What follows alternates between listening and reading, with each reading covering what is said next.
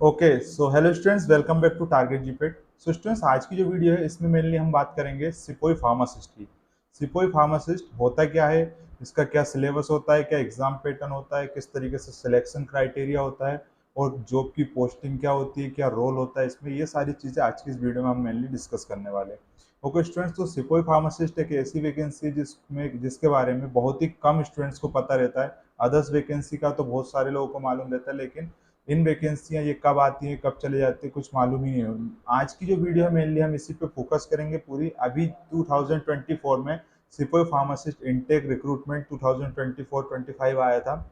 इसके physical sorry return exam हो चुके हैं, अभी फिजिकल बाकी है।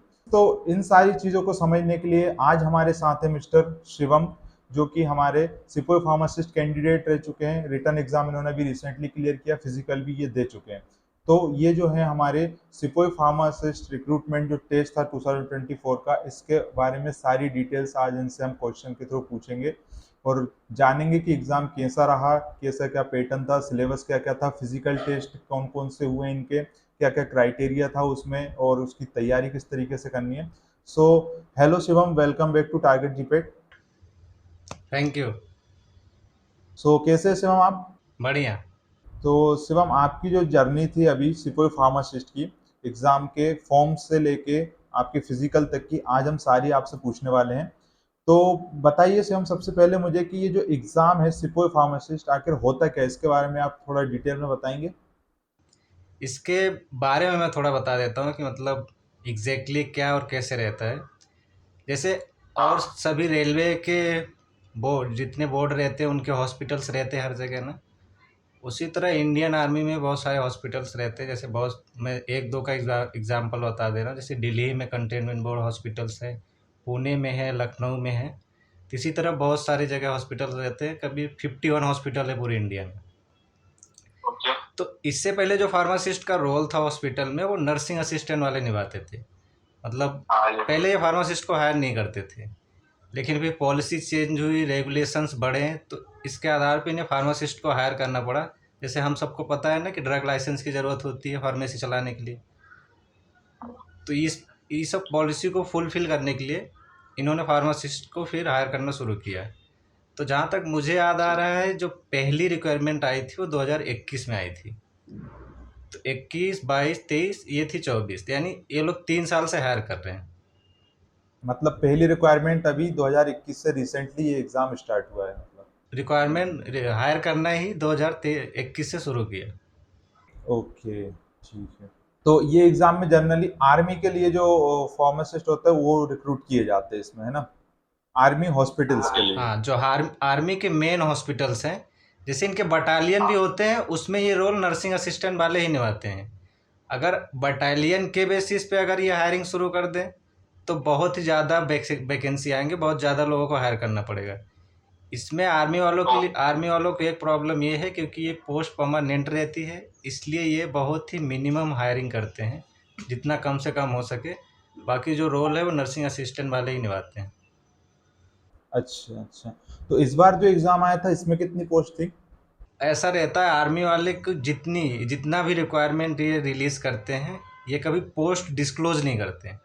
अब इसका रीज़न एग्जैक्टली मुझे भी नहीं पता, बट पोस्ट कभी डिस्क्लोज नहीं, कोई भी एग्ज़ाम हो इनका।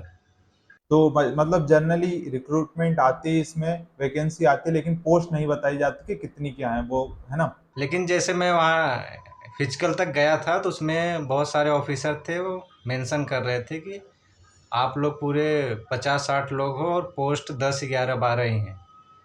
तो एग्जैक्ट नहीं बता सकते, बट एक स्टेट है ना, उसमें मैक्सिमम 10 से 12 पोस्ट ही रहते हैं।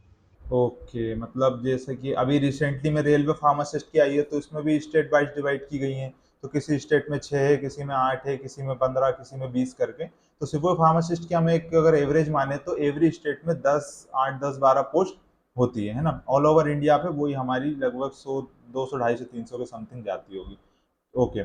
सो तो ये तो होगा स्टूडेंट्स हमारा एग्जाम के बारे में कि हमारा आर्मी में मेनली जिन लोगों का सपना रहता है आर्मी में जाने का, तो अगर वो बाई चांस किसी भी रीजन से आर्मी में इस तरीके से नहीं जा पाते, तो आप अगर फार्मा फील्ड से हैं तो भी आप आर्मी में जा सकते हैं एज अ सिपोई फार्मासिस्ट के रोल पर आर्मी हॉस्पिटल में।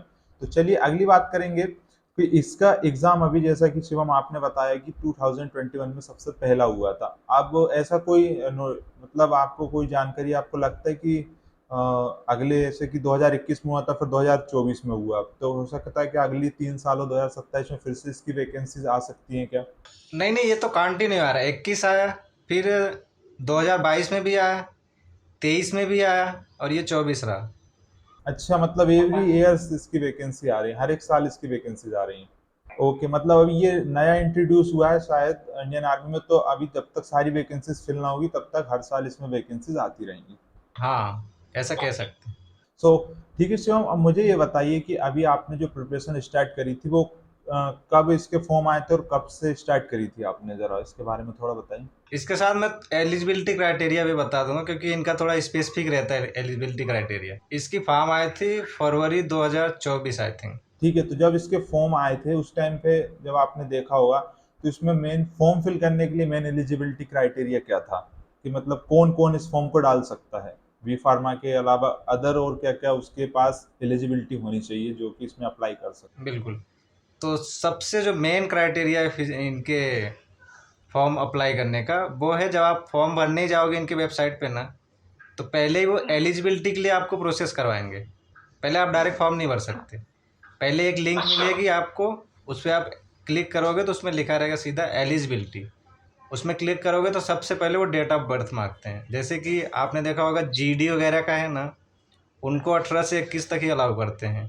नर्सिंग असिस्टेंट वालों का है ना, उनको 18 से 23 तक ही। बट हमारा जो फार्मासिस्ट का है वो 25, जो अपना 25 है ना, 25 साल तक ही अलाउ करते हैं। तो जैसे आप डेट ऑफ बर्थ डालोगे ना, अगर 25 से ज़्यादा फॉल कर रहे हो तो नॉट एलिजिबल वहीं हो जाओगे, फॉर्म नहीं भर पाओगे, फॉर्म ही नहीं फिल कर पाओगे। हैं, मतलब मैक्सिमम एज इसमें 25 साल होती है, 18 से 25। ठीक है, नेक्स्ट क्राइटेरिया क्या होता है? नेक्स्ट ये है कि जैसे आपकी हाइट, अगर हाइट में 1 सेंटीमीटर भी कम है, पॉइंट में भी है आधा सेंटीमीटर भी कम है, तो आप फॉर्म नहीं भर पाओगे। लेकिन वहाँ मैनिपुलेट कर सकते हो कि जैसे आपको एग्ज़ाम देना है तो आप झूठा हाइट भर सकते हो, कि जैसे आप 169 हो तो 170 करके भर सकते हो। और हर एक रीजन का अलग अलग हाइट क्राइटेरिया रहता है। जैसे कोई उत्तराखंड से है तो उसके लिए अलग है, जो पहाड़ी इलाके से रहते हैं वो जेनेटिकली छोटे होते हैं तो उनका एज क्राइटेरिया अलग रहता है। और जो यूपी और प्लेन के हैं और अदर स्टेट के, उनके हाइट क्राइटेरिया अलग रहते हैं। ओके, मतलब रीजनल वाइज भी हाइट का क्राइटेरिया थोड़ा डिफरेंट करता है, हाँ ठीक है। अच्छा, अगर बाई चांस अपन ने फॉर्म भरते टाइम गलत अगर हाइट फिल कर दी या कोई भी क्राइटेरिया अपन ने फिल कर दी, तो बाद में जब फिजिकल टेस्ट होगा उस टाइम पे आप डिस्क्वालीफाई हो जाओगे? हाँ, डिस्क्वालीफाई हो जाएगा, डिस्क्वालीफाई। तो मतलब कोई मतलब नहीं, अगर आप चाहो अगर गलत हाइट्स अपनी हेल्थ वगैरह वेट वगैरह का कोई जो भी अगर एज भी अगर आप गलत भरते हो तो बाद में डॉक्यूमेंट वेरिफिकेशन के टाइम पे आप आपका जो है कि वहाँ से आप डिस्क्वालीफाई कर दिए जाओ तो कोई मतलब नहीं है। तो एलिजिबिलिटी क्राइटेरिया सबसे मेन है आपका डेट ऑफ बर्थ, आप 25 साल से कम की आपकी एज होनी चाहिए, हाइट हो गई, उसके अलावा और कोई एलिजिबिलिटी क्राइटेरिया? इनके दो यही स्टैंडर्ड क्राइटेरिया हैं, एक हो गया हाइट, एक हो गया एज। उसके बाद तो नॉर्मल रहता है, आप डिप्लोमा किए हो, फार्मेसी किए हो, आपके पास रजिस्ट्रेशन होना चाहिए। अगर उस टाइम नहीं है तो आप जब फिजिकल के लिए जाओ तो होना चाहिए, नहीं तो वो आपको एंट्री ही नहीं करने देंगे। ओके, हाँ मतलब आप एक रजिस्टर्ड फार्मासिस्ट होने चाहिए स्टेट काउंसिल ऑफ, मतलब जो भी स्टेट है आपके उसके फार्मेसी काउंसिल में आपका as a pharmacist registration compulsory है। ठीक है, तो ये फॉर्म भरने के दो एलिजिबिलिटी क्राइटेरिया। ओके, तो ठीक है स्टूडेंट्स, इसमें अप्लाई करने के लिए आपके पास मेनली आपकी डेट 25 साल से कम होनी चाहिए, सेकंड आपकी हाइट जो उसमें दी हुई है वो मीट करनी चाहिए, और थर्ड वन आप एक रजिस्टर्ड फार्मासिस्ट होने चाहिए अपने स्टेट के अंदर। ठीक है, तो शिवम अगला क्वेश्चन मेरा तो आपसे ये है कि इसका सिलेबस क्या क्या होता है, फार्मा इसमें पोर्शन कितना क्या रहेगा और नॉन फार्मा क्या क्या रहता है, वो सारी चीजें आप जरा बताएंगे। देखो, पहले मैं टेक की बात कर लेता हूँ, फार्मा पार्ट की। उसमें क्या है, जो अपना बी फार्म का सिलेबस है, या तो जो जो जीपेड में मेंशन है ना, उसमें से आप मेडिसिनल केमिस्ट्री और ऑर्गेनिक केमिस्ट्री निकाल दो, बाकी सिलेबस वही है। मतलब केमिस्ट्री पोर्शन नहीं आता है? केमिस्ट्री पोर्शन को आप निकाल के बाकी सबकी प्रिपरेशन कर सकते हो। तो और जो लेवल होता है ना, वो उतना भी टफ नहीं होता जैसे अपन का जीपेड था। और जो फार्मा एग्ज़ाम है ना, उनसे बहुत ही डाउन लेवल रहता है। और फिर अगर मैं नॉन नॉन टेक की बात करूँ तो उसमें इंग्लिश रहता है और जीके और जीएस। ओके, मैथ नहीं पूछा जाता है? और भी एग्ज़ाम जो हैं फार्मासिस्ट के नॉन नॉन टेक वाले, तो उसमें मैथ ये सब रहते, रीजनिंग वगैरह ना। लेकिन सिपाही फार्मा में सिर्फ इंग्लिश को ज़्यादा प्रायोरिटी देते हैं और जीके और जीएस। तो मतलब इसमें जो है कि फार्मा पोर्शन से बात करें तो केमिस्ट्री नहीं दिया जाता, ना मेडिसिनल ना ऑर्गेनिक केमिस्ट्री। और इधर अगर नॉन टेक्निकल में हम बात करें तो मैथ नहीं आता, बाकी का आपका जीके जीएस जनरल साइंस वगैरह सारी चीजें पूछी जाती है ना। तो शिवम, मेरा अगला क्वेश्चन आपसे कि ये कितने मार्क्स का टोटल हमारा पेपर आता है इसका, और क्या इसमें नेगेटिव मार्किंग भी होती है क्या? हाँ, नेगेटिव मार्किंग तो होती है। जो अगर पूरे मार्क्स की बात करें वो 200 रहते हैं। 100 अपना रहता है टेक पार्ट, और उसके बाद 100 रहता है नॉन टेक। मतलब 100 नंबर का हमारा टेक्निकल आता है, 100 नंबर का नॉन टेक्निकल, तो दो टोटल 200 क्वेश्चन रहते हैं क्या इसमें? नहीं, पूरे क्वेश्चन तो 100 रहते हैं। मार्क्स जो है अपने, वो एक क्वेश्चन के 2 मार्क्स रहते हैं। एक क्वेश्चन के 2 मार्क्स, मतलब क्वेश्चन आपके 100 मिलेंगे, नंबर आपके 200 रहेंगे, मतलब कि 50 क्वेश्चन आपके फार्मा के आएंगे, 50 क्वेश्चन नॉन फार्मा के आएंगे, है ना? और वन फोर्थ की निगेटिव मार्किंग रहती है। तो ओके स्टूडेंट, तो ये था इसका एग्जाम पैटर्न। एग्जाम पैटर्न में आप देख पाए, एग्जाम पैटर्न में शिवम ने जैसे बताया कि हमारा टोटल इसमें 200 मार्क्स का क्वेश्चन पेपर आता है, जिसमें हमारे 100 क्वेश्चन रहते हैं। टाइम हमारा 3 घंटे का ही रहता है या कम रहता है इससे? टाइम तो 2 घंटे का मिलेगा। अच्छा, टाइम 2 घंटे का मिलेगा, क्वेश्चन आपके पास 100 रहेंगे। मतलब आपके पास 120 मिनट रहने वाले हैं और क्वेश्चन आपके पास 100 रहने वाले हैं, ठीक है। टोटल क्वेश्चन हमारे 100 रहेंगे, जो कि 2 मार्क्स का एक क्वेश्चन रहेगा। 200 नंबर का क्वेश्चन पेपर रहता है, 50 फार्मा आता है, 50 नॉन फार्मा आता है इसमें। और 120 मिनट आपके पास रहते हैं। नेगेटिव मार्किंग आपकी 1/4 की रहती है, मतलब अगर आप एक क्वेश्चन गलत कर रहे हैं तो आपका आधा नंबर इसमें माइनस में चला जाएगा, ठीक है। तो आपने इसकी तैयारी किस तरीके से की थी, जरा आप तैयारी के बारे में बताइए। कब से आपने तैयारी स्टार्ट की, कितना टाइम आपको लगा, आपने कैसे पार्ट डिवाइड किए, फार्मा पे कितना ध्यान दिया, नॉन फार्मा पे कितना ध्यान दिया, इसके बारे में थोड़ा आप बताइए। अगर प्रिपरेशन की बात करी तो जैसे पता है कि जीपेट की अपन ने प्रिपरेशन की थी तैयारी, तो उसके हिसाब से नॉन टेक सॉरी टेक्निकल का तो मुझे प्रिपरेशन करना ही नहीं पड़ा, मतलब किया ही नहीं था मैंने। जब पहले तो फॉर्म भर दिया था, फिर जब इसका एडमिट कार्ड वगैरह रिलीज़ होने वाला था, नोटिफिकेशन आता रहता था वेबसाइट पे, तो फिर मैंने नॉन टेक देख लिए थे। जैसे नॉन टेक में मैंने बस यूट्यूब पे गया डायरेक्ट, जो उसमें टॉपिक मेंशन थे सिलेबस में उनके, बस वो डायरेक्ट सर्च कर रहा था। कोई स्पेसिफिक चैनल, कोई स्पेसिफिक वीडियो नहीं, बस देखता था थोड़ा सा और चीज़ों को नोट कर लेता था, और उसी वीडियो को 1-2 बार रिवाइज कर लिया था मैंने। जीके और जीएस की जीके जीएस और इंग्लिश की बात कर रहा हूँ। इंग्लिश का लेवल उतना टफ नहीं था, जैसे कि मैंने 12th वगैरह में पढ़े थे इंग्लिश, और बी फॉर्म के दौरान भी इंग्लिश कुछ पढ़े थे, तैयारी की थी, क्योंकि वो एग्ज़ाम लिखना रहता था इंग्लिश में ना, तो इस वजह से। तो जी इंग्लिश तो बन गया था, और जीके जीएस भी जहाँ तक मुझे अनुमान है मेरे नंबर थे, मतलब क्योंकि वो नंबर भी डिस्क्लोज नहीं करते, आपने स्कोर कितना लाया वो भी डिस्क्लोज नहीं करते। तो मेरे जो स्कोर थे वो 170 प्लस ही थे, मतलब 170 प्लस ही थे। ओके, तो इसमें मैं आपसे ये पूछना चाहूँगा, जैसे कि आपने बताया कि हम अगर कोई पर्सन जीपेट की प्रिपरेशन कर रहा है तो नॉन टेक्निक मतलब जो टेक्निकल पार्ट रहता है वो हमारा फार्मा का ही पार्ट रहेगा, तो उसको रिवाइज करने की बस ज़रूरत है, कोई अलग से कोई चीज़ पढ़ने की ज़रूरत है नहीं, क्योंकि जो उसने पिछले 4 सालों में बी फार्मा में पढ़ा उसी से क्वेश्चन आए हैं।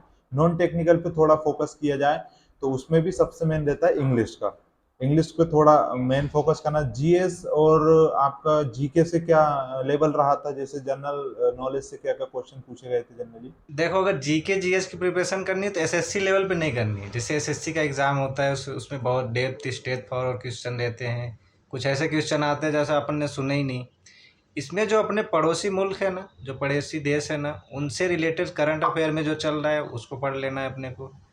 और इंडियन आर्मी या डिफेंस से रिलेटेड जो जनरल नॉलेज है उसकी तरह, जैसे करंट में चीफ कौन है, और जो भी हैं, जैसे कि करंट में जो मिसाइल्स वगैरह जो भी। जनरल, हाँ, मतलब नॉर्मल नॉर्मल जनरल लेवल के क्वेश्चन आते हैं जनरल नॉलेज के, करंट अफेयर्स से रिलेटेड। ओके, तो मेरा अब अगला क्वेश्चन ये था कि ये जो फार्मासिस्ट का पे स्केल इसमें क्या रहता है, कि मतलब सैलरी वगैरह कितनी क्या आपको मिलती है, पोस्टिंग वगैरह कैसे कहाँ पर होती है, जरा इसके बारे में बताएं। जैसे आप फाइनली डॉक्यूमेंट वेरिफिकेशन हो जाएगा, मेडिकल वगैरह बहुत ही स्टैंडर्ड तरीके से होता है, अगर वो सब हो जाएगा तो पहले आपको ट्रेनिंग पे भेजा जाएगा। पहले ट्रेनिंग होती थी 3 साल की, जब 2021 में नोटिफिकेशन आया था। तो पहले ये ट्रेन करते थे 3 साल के लिए। अब 3 साल तक आपको 8,000 से 11,000 तक स्टिपेंड मिलता है। डिपेंड करता है कि आप ट्रेनिंग कहाँ पे कर रहे हो, जैसा भी जोन रहता है उसके हिसाब से, लेकिन मैक्सिमम जो है भाई 11,000 ही था। तो इस हिसाब से मिलता था। लेकिन अभी जब 2023 के बाद या 22 के बाद इन्होंने जो ट्रेनिंग पीरियड है उसको कम कर दिया, 6 महीने कर दी। तो सबसे पहले तो आपको 6 महीने तक ट्रेनिंग कराएंगे, तो उसमें 8 से 11,000 मैक्सिमम मिलेगा। वो सैलरी नहीं है, वो स्टिपेंड है। आप सीखते हो और थोड़े खर्चे मिलते हैं आपको। Okay, stipend. हाँ, जब परमानेंट ज्वाइनिंग होती है उसके बाद क्या इसका पे स्केल है? हाँ, तो जैसे आप ट्रेनिंग करते, ट्रेनिंग के दौरान अगर आपको कुछ प्रॉब्लम हुई, तो आपको इनके इनके यहाँ होता है डिस्पैच करना है। कहीं भी जोन में आपको डिस्पैच करेंगे, तो अगर उससे पहले कुछ प्रॉब्लम हुई तो आप डिस्पैच नहीं हो पाओगे। और इनका फिर जो फर्दर पॉलिसी रहता है उसके अकॉर्डिंग करते हैं। तो अगर आप फाइनली परफेक्ट रहे ट्रेनिंग पीरियड तक, तो आपको फिर फाइनली अगर डिस्पैच करेंगे, तो जो आपने जो 6 महीने तक ट्रेनिंग पीरियड किया है ना, उसका भी मैं बता रहा हूँ कि उसके भी पैसे कैसे मिलते हैं। जैसे आप फाइनली डिस्पैच हो गए ना, तो वो जो पहला महीना रहेगा 29,200 कुछ जो सेंट्रल का जो नॉर्म है 5th लेवल वाला, वो मिलता है। लेकिन जो 6 महीने तक आपने ट्रेनिंग पीरियड किया है ना, उसको भी 29,200 से ही कंसिडर करेंगे। उसमें जो 8,000 आपको स्टिपेंड मिला है वो माइनस करके। तो आपको जो 6ठवें या 7वें महीने जो आप डिस्पैच हो रहे हो वहाँ से, जो आपको परमानेंट पोस्टिंग हो रही, उसमें 5-6 लाख रुपए ऐसे ही मिल जाते हैं। अगर आप उसको ही 20-25 100 करके देखो, तो 1-1.5 लाख 2 लाख रुपए ऐसे ही मिल जाते हैं। जैसे आप जो ट्रेनिंग पीरियड में आपने काम किया है, वो भी 29,200 से ही कंपेयर होता है। अच्छा, मतलब ट्रेनिंग में भी 29,200 मिलते हैं, बट स्टाइफंड कट कट के 8,000 रुपये मिलता है आपको, बाद में इकट्ठे वो मिल जाते हैं। ओके, चलिए। तो फिजिकल के लिए आपकी डाइट प्लान और क्या क्या स्ट्रेटेजी रही थी फिजिकल की प्रिपरेशन के लिए? जैसे मैं बता देता हूँ इनका फिजिकल जो स्टैंडर्ड क्राइटेरिया होता है वो क्या होता है, क्या क्या मांगते हैं ये। तो पहला जो इनका क्राइटेरिया रहता है फिजिकल का, वो रहता है कि आपको 1600 मीटर दौड़ना है 5 मिनट 45 सेकंड। अच्छा, 1600 मीटर की रनिंग रहती है 5 मिनट 45 सेकंड के अंदर। ओके। उसके बाद जो दूसरा है वो है पुलअप कहते हैं उसको। हाथ ऐसा एक ऊंचे पे रहता है, उसको पकड़ के बॉडी को पूरा उठाना रहता है, पुलअप्स कहते हैं उसको। Okay, pull ups. पुलअप्स रहता है, आपको 6 मारने हैं, 6 नहीं मारोगे तो डिस्क्वालीफाई कर देते हैं। अच्छा, 6 पुल अप्स मारने हैं उसमें, ठीक है, वो भी फुल फुल मारने रहते हैं। उसके अलावा सेकंड क्राइटेरिया फिजिकल का? जो थर्ड है वो है जो 9 फीट का डिच होता है। डिच यानी जो लॉन्ग जंप कहते हैं ना, अपन दौड़ते दौड़ते जंप करते हैं, हाँ हाँ, लॉन्ग जंप। हाँ, लॉन्ग जंप, लंबी कूद जिसे बोलते हैं। वो रहता है 9 फीट का रहता है। वो आराम से हो जाता है, तो उस बिना प्रैक्टिस का भी हो जाता है। इसके अलावा और कोई क्राइटेरिया? उसके बाद जो फोर्थ है वो है डिग डैश बैलेंस करके है। आपको दोनों हाथ तितली की तरह कर लेना है और फिर ऐसा चलना है, बॉडी को बैलेंस करना रहता है। 3 मीटर का रहता है, 4 मीटर का करीब, वो आपको चलना रहता है। वो भी आराम से हो जाता है। तो मतलब टोटल ये आपके after selection, after return exam clear, आपके ये 3-4 क्राइटेरिया रहते हैं फिजिकल के जो आपको करने रहते हैं, ठीक है। इसके बाद आप जाते हैं ट्रेनिंग पे। वहाँ पर ट्रेनिंग होती है आपकी 6 महीने की, जिसमें आपको 8,000 पर मंथ का स्टाइपेंड मिलता है। उस ट्रेनिंग के दौरान भी अगर कोई डिस्क्वालीफाई हो जाता है तो उसको वहाँ से निकाल दिया जाता है ना, उसको फर्दर उसकी ज्वाइनिंग नहीं होती। ठीक है। तो ओके स्टूडेंट्स, तो ये था हमारे सिपोई फार्मासिस्ट के बारे में पूरी इन द डिटेल। इसके अलावा भी आपका कोई डाउट हो तो आप कमेंट सेक्शन में पूछ सकते हैं। तो thank you so much Shivam for your valuable time, जो आपने हमें टारगेट जीपेट को दिया और हमारे बच्चों को इतनी इंफॉर्मेटिव जानकारी आपने दी। तो फिर अगर इसके अलावा स्टूडेंट्स अगर आपको कोई और डाउट्स है तो आप कमेंट सेक्शन में पूछ लीजिए। आपके सारे डाउट को इकट्ठा करके हम एक और सेपरेट वीडियो शूट कर लेंगे दोनों मिलकर। सो आज की वीडियो में इतना ही स्टूडेंट्स, मिलते हैं फिर नेक्स्ट वीडियो में। बाय।